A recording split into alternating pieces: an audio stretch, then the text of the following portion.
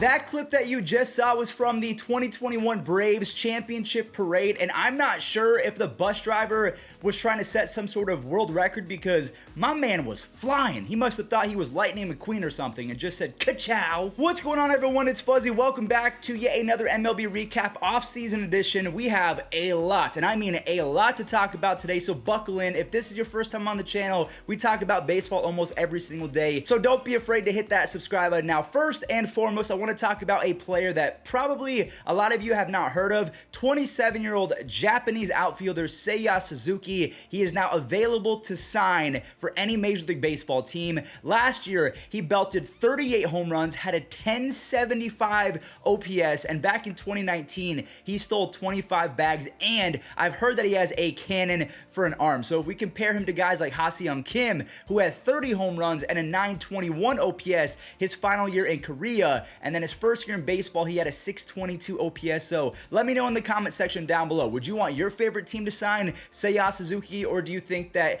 maybe he's not going to be cut out for Major League Baseball? Who knows? I will say Ha-Seong Kim was one of the better defenders in Major League Baseball, so at least he had that going for him. Now, before we talk about the Gold Glove winners that were announced last night, I do quickly want to talk about Bob Melvin. Now, this is a little bit late because I don't know why I just forgot to talk about this, but Bob Melvin signed with the San Diego Padres, a three-time Manager of the Year. If I'm an A's fan, I am pissed at the recent losses. Mark Canha, it was just announced that the A's are not extending him a qualifying offer, so he is going to leave a year after Marcus Semien left, and now Bob Melvin is joining the Padres, another California team. So if you're an A's fan, are you happy with the trajectory of your squad, or are you kind of annoyed? Because honestly, they might not even be in Oakland in the next 5 years. They could be moving to Nashville. They could be going to Las Vegas. There's just a lot of turnover and not a lot of consistency in the city of Oakland. I mean, the only consistency for me is Matt Chapman playing Gold Glove defense. Speaking of Gold Gloves, let's talk about the winners that were announced last night. In the American League, you have Dallas Keuchel, Sean Murphy, Yuli Gurriel, Marcus Semien, Matt Chapman, Carlos Correa, Andrew Benintendi, Michael Taylor, and my friend Joey Gallo. Moving over to the National League, we have Max Fried taking the Gold Glove. Jacob Stallings wins it over Yadier Molina. A lot of people are upset over that because Goldie won it, Edman won it, Arenado won it, Tyler O'Neill won it, and Harrison Bader. So 5 different Cardinals. Could have been 6 if Yadi grabbed it, but unfortunately the voters decided to give it to Mr. Jacob Stallings. And then the other guys, we have Brandon Crawford and Adam Duvall. Adam Duvall trade still blows my mind. The Marlins literally gave him away for belly button lint. Now, if you're an Alex Jackson fan, I'm sorry. For Alex Jackson, a guy that can't really hit, you gave away Adam Duvall for nothing. So before we talk about Clayton Kershaw possibly being done with the Dodgers because the Dodgers did not extend him a qualifying offer, I want to talk about Carlos Correa being offered a deal by the Astros at 5 years, $160 million, and he is going to reject it. A lot of people are very upset at the fact that Carlos Correa is going to reject this offer, but to me, he's a 27-year-old superstar shortstop. I understand that he's a little bit injury prone, but you cannot find a better talent in baseball than Carlos Correa at the shortstop position. He is coming off a year in which he had a 7.3 baseball reference WAR, a 131 OPS plus. He just won the Gold Glove, and he was in New York for some fights. So don't think that he is going to the Yankees or anything like that, even though I think he is. So even though the AAV, that is how much he's going to be making per year, 5 years, 160, that's about $32 million a year. That is pretty solid, but I think he is going to go for a longer contract, 8 to 10 years, and honestly, I don't blame him for doing that. However, I do wish that superstar players took shorter deals more often just so we could have some parity in baseball. Could you imagine if Mike Trout, Carlos Correa, Bryce Harper, Aaron Judge, if they were free agents every 3, 4, 5 years as opposed to signing pretty much lifetime contracts? Now, if you're an Astros fan, I'm sorry for bringing this up again, considering he is not going to sign this contract and most likely he is going to leave. So if you want to feel just a little bit better, here's Carlos Correa talking about his time as a member of the Astros. So fans, I want to say thank you for all your support. My time here was amazing. Seven greatest years of my life. Got here as a boy, turned into a man. Grew in this city, and the fans embraced me. So, Houston has been my home. This is my home now. So, I'm grateful for everybody.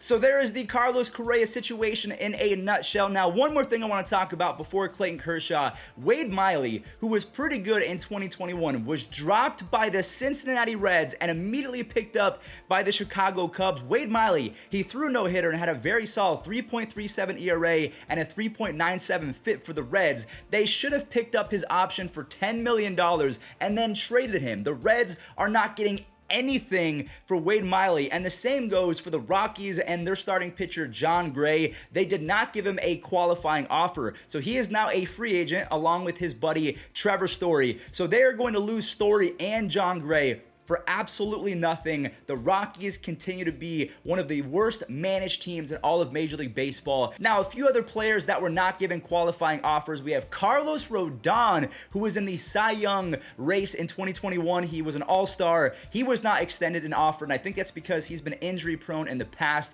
Also, Anthony DeSclafani of the San Francisco Giants, not given a qualifying offer. Now, this doesn't mean that any of these players are not going to re-sign. It's just that they're not going to get $18.4 million, which is the qualifying offer. So the Dodgers, they extended a QO to Corey Seager. He's going to reject that because Mr. Seager is worth way more than $18.4 million. And maybe same for Clayton Kershaw, because Clayton Kershaw was not extended a qualifying offer by the Dodgers. And a lot of people are saying, hey, he's from Dallas. This means that the Rangers, who are in full rebuild mode, are going to try and sign Clayton Kershaw, that the era is over, he is going to move on. I'm not sure if that's the case, but it's looking more and more likely that the Dodgers, they didn't extend a qualifying offer to Joe Kelly, Clayton Kershaw. I mean, a lot of the guys that were part of their World Series in 2020, it almost seems like they understand that they have to get better and they're moving on from expensive pieces. I don't know. What do you guys think? Could you imagine if Clayton Kershaw went to the Texas Rangers and maybe they picked up another ace and a few other positional players? Could the Rangers be sneaky good in the next few years? Let me know. Now, because we've talked a lot about the qualifying offer, I do want to let you guys know that the Toronto Blue Jays offered Marcus Semien and Robbie Ray both a QO, but not Steven Matz. So I just wanted to update you guys on that. I do not expect Marcus Semien or Robbie Ray to accept those deals, considering Robbie Ray is probably going to win Cy Young, and Marcus Semien, he won a Gold Glove and basically put up MVP numbers, so I think he's going to be expecting anywhere from $25 to $30 million. Now, other players that got some QOs, we have Michael Conforto and Noah Syndergaard. I'll put all of the players that got a qualifying offer on the screen right now. They can reject these, but it just means that the team is still showing some interest, but they want to try and save some money.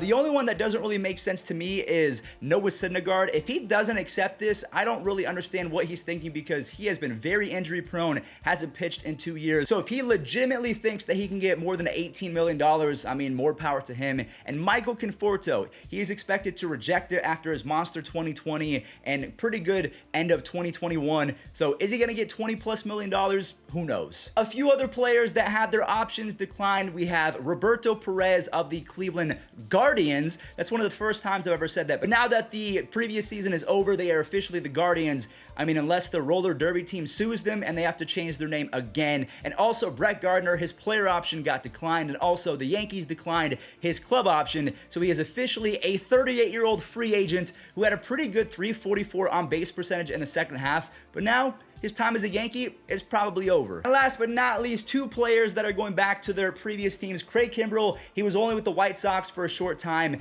but the club did pick up his $16 million option. I do expect the White Sox to be trading him fairly soon. And JD Martinez, he opted in to his contract. He is going back for $19 million. The Boston Red Sox, to me, are a much better lineup when he's in it, even though a lot of Boston fans were saying, hey, I hope that he goes elsewhere so we can use that money for someone else. But it's JD Martinez. I know he had a lackluster second half, but he's still just dingers. The dude rakes. All right, everyone, well, that does it for today's MLB Recap Offseason Edition. In the next few days, I will be coming out with my predictions of where free agents are going to go, or kind of like ranking the top 25 to 30 free agents going into the 2022 season. Thank you guys for watching. Stay safe out there, and I'll catch you on the next one.